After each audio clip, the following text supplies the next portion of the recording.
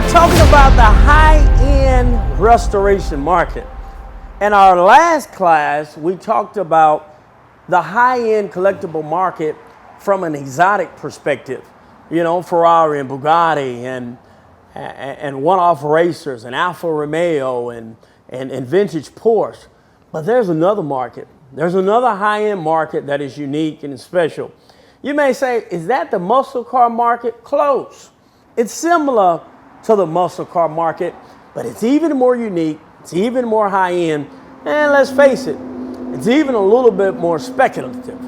But if you can tap into this high-end collectible market, and what are we talking about today? We're talking about one-off Restomods. So what do I mean by this new market? What do I mean by this high-end collectible version that's not named Ferrari, Bugatti, and all of those global icons? We're talking about Restomods. And a Restomod is when you take, more times than not, an Americanized vehicle, and you take that vehicle and you simply reimagine it. You take it into a level, into a direction where it's never been before. You go into the room and you look at how the car was originally engineered and you say, how can we make this greater? How can we incorporate emerging technology? How can we place that new form of engineering into this design? How can we play with the color to make it dance on our eyes a little bit better?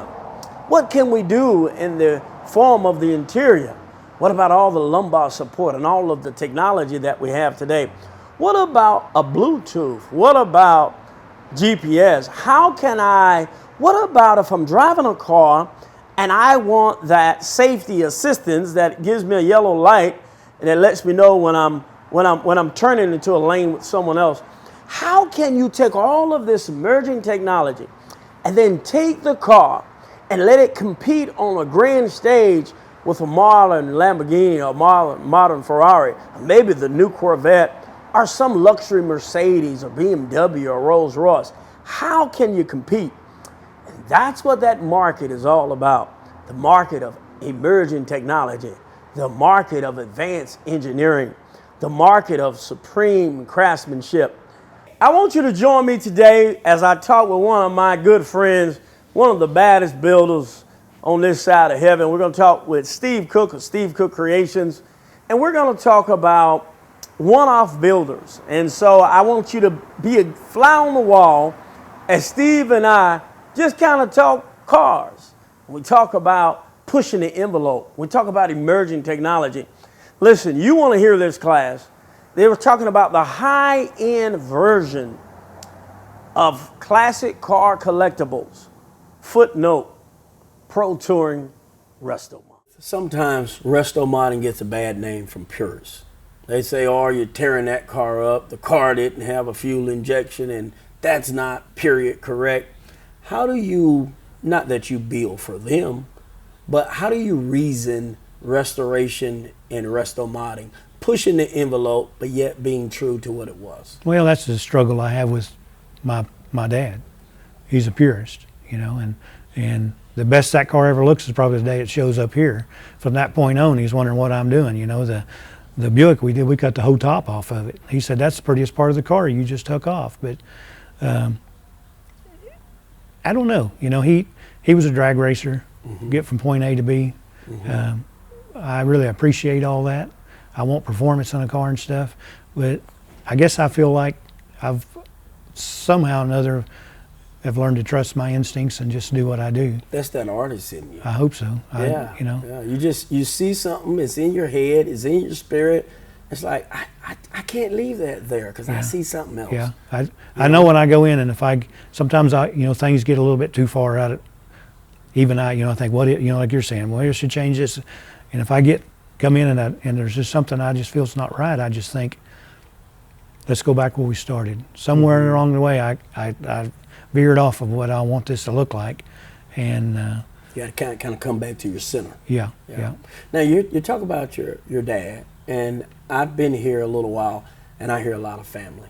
I see your son; he's involved in the business. Your wife comes here every day before she goes, to to work, Yeah. and family is big. Family is involved. Talk to me about the importance of family and a family heritage. Even the young men, Brandon and Alan, they call you old Papa. Talk about that a little bit, Papa. Well, I understand that because I'm older than their dads, but I call my dad all the time, especially on something older engine or something. And I had a customer here today looking at the Cadillac engine, and brings back a lot of memories for those guys, and it's a little before me, but I can, I've been around those. But I think that this is a big industry, but there's a lot of mom and pop families, so things travel fast. And, I know a lot of the people's moms and dads. They're my age. Some of the younger guys like Brandon and Alan, they're building cars, and I know those guys. So a lot of times when I'm introduced to a builder, when I meet his dad, he's more my age than the builder is. So it's really neat, to see all that. And I know that, like I said, in a blink, Alan will be here doing what I'm doing. So, and that's what I'm hoping for. Man, I love that about you. I love the fact that you're the man. You agree? No. Okay. No. But you're the man. But you're so not the man. You carry yourself as if you're a vessel through which the good Lord pours rain through. I would like to think so. And that's how you move. Yeah. That's as, when I see Alan, I see an extension of you. When I see Mike, I see an extension of you. When I see Brandon doing his thing, I see an extension of you, and that you're celebrating them. Talk about the importance of passing this legacy off. Talk about the importance of the young guns. Here you are, a big-time builder. You've been in from Riddler, all around to Concourse to SEMA Battle of the Builders, and then they have that SEMA Young Guns, and you have it right here at your shop.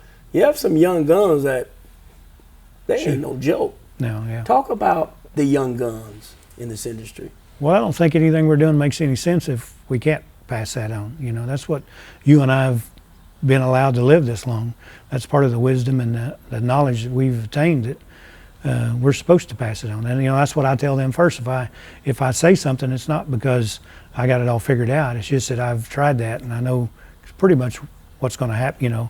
If I mix this or do that or put this stuff together, and so once they understand that that's all you're trying to do is just help them, to kind of get through something, but you let them figure it out too. It's just important. I appreciate that. Some of the guys with the older cars, they're getting up there in age, but it's a blessing to be able to talk to them, and we'll go to lunch with them just so they can just pour into us whether they know it or not. We're just like you. We bring up key questions because we know they'll start talking about it, and we want to know about what was it like when you had that car, or what was it like, and they'll just keep talking. We'll have to just finally say, hey, we got to go back to work, because people enjoy talking about that stuff. Sometimes some of the customers we've had in the past, they just show up to hang out with us and just talk about the good times in the cars they've had, or some of them we've never even seen. Let me ask you this. Cars are touchy. We go to car shows and pull the chair out of the back. You pull yours out of the back. Your car's right there. My car's right here. We're really close to each other. And when they get the grade 8, they get that final number. And then there's some camaraderie shared there. And clients come in and want to be close to the car. How has COVID affected you and affected the industry? And where do you think car shows and the industry is headed, and specifically SEMA? That's a tough one. Yeah. I don't really know. I wish I did. I don't have the answers. I'm pretty much like everybody else, waiting to see what happens.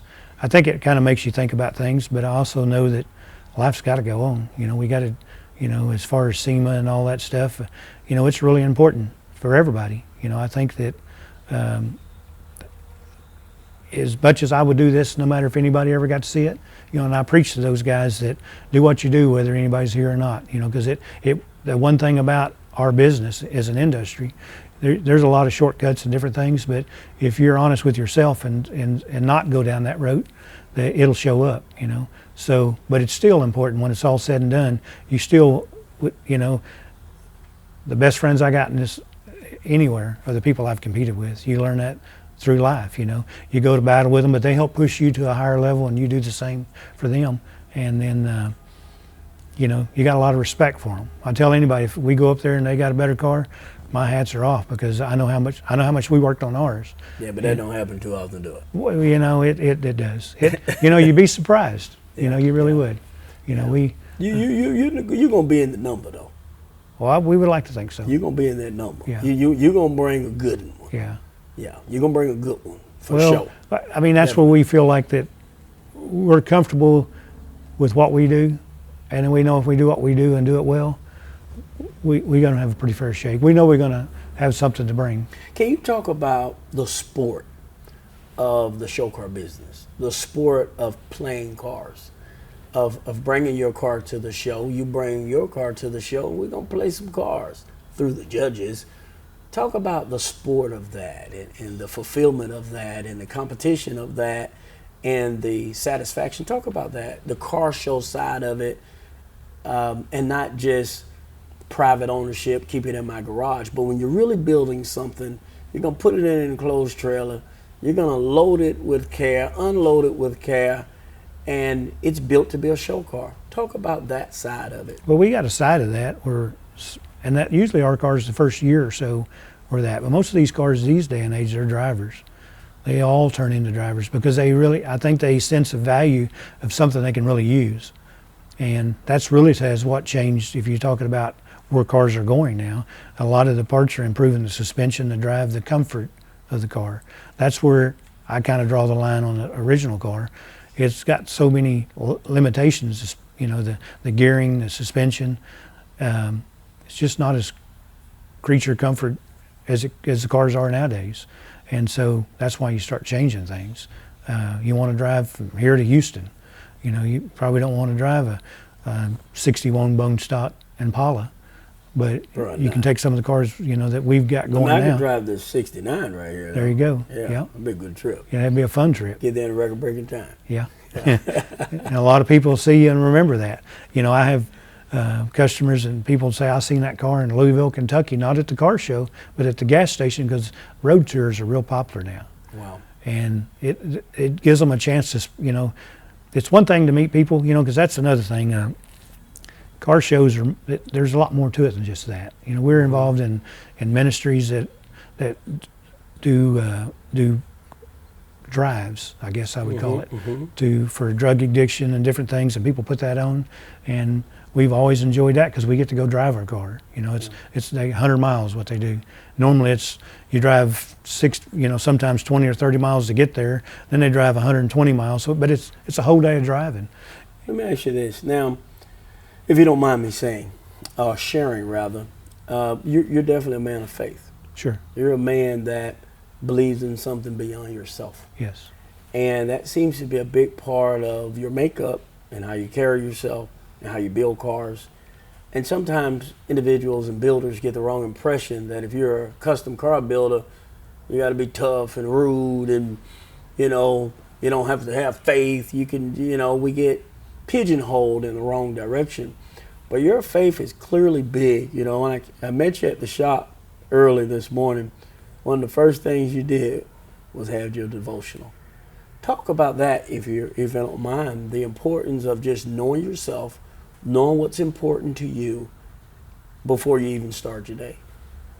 Well, I'm not the center of my universe. You know, I learned that a long time ago, and I feel like through the grace of God that, you know, I'm privileged to get to do this. I didn't grow up any different than any teenager. I didn't know what I wanted to do, and I knew I liked working with my hands and did different things. And I don't think I had a big business plan. You know, I just wasn't all figured out from the get-go. I knew I had a passion for cars, and I knew. Yeah, I heard you say you learned a lot from your clients. Sure. Yeah. You know, everybody. I'm constantly looking at things and seeing if that works for me. You know, and but you know, I had the car that I drive, and I didn't have a lot of money, but I knew I could. There's a lot of things you can do to a car, and you don't have to spend a lot of money. It's just labor. So that's really how I got into this. It was cheap entertainment for the most part. I like you know? that. Cheap, clean entertainment. Yeah. Most people spend more on cable nowadays than I was spending on redoing a car. You know, I just saved and spent it as I went, and I knew that, you know, I didn't believe in borrowing money for stuff like that, and I knew when I got through with something, I had something of value. So, you know, I always had an ace in the hole. If I really got in a tight spot, I figured out I could sell that car, but never got to that day, I guess. So, if there's a young person at home, and there is, listening to this conversation today with one of the living legends, what would be 3 things that you would share? You know, if you go back in time, you're just starting your business, what would you tell them? What 3 wisdom points, nuggets? I'm sure you tell Brandon and Alan these things all the time, but what were 3 things that if someone's listening now and maybe they know they have the passion, they have the creativity, they have the skill set, and they want to make a go of it, what are 3 maybe wisdom points you share? I think, and I never really think about it until you ask me a question like that, but I think mentors, if you can find somebody, I know in my faith I do that, and even in cars, you know, if you find somebody you really admire or you know, want to know more about what they're doing, just tell them that. You know, I've told many people, and I feel like that's really my role with those guys. And patience, you know, I think that this day and age is so hard to slow down. Try to get it right the first time, or try to figure out if you know, quit making the same mistake every time. You know, slow down and see. You know, if something doesn't work out right, don't give up. You know, I mean, all that patience and all of that stuff. We could go on forever talking about any of those things. And I think thirdly, just you know, and I have nothing to do with a lot of it, but the right people being around you. That goes back to the mentorship and stuff. But I think if you're true to people and treat people like you want to be treated and everything, you'll figure out that, you know, there'll be a lot of good people around you. You know, I've had a lot of help, a lot of different ways. And what's some of the mentors as throughout your career, some of the guys that you've really looked up to that have maybe impacted your business and you like the way that they were doing things and they shared some wisdom with you? Who were some of those mentors to you? Bruce Ricks, you know, he's one of those kind of guys that says what he's thinking, I guess. And sometimes we need to hear that. You know, I mean, sometimes you think, well, I don't know, you know, but I've told him that. You know, I really appreciate that. That's, you know, I think that's really what we're all really wanting, people to be honest with us.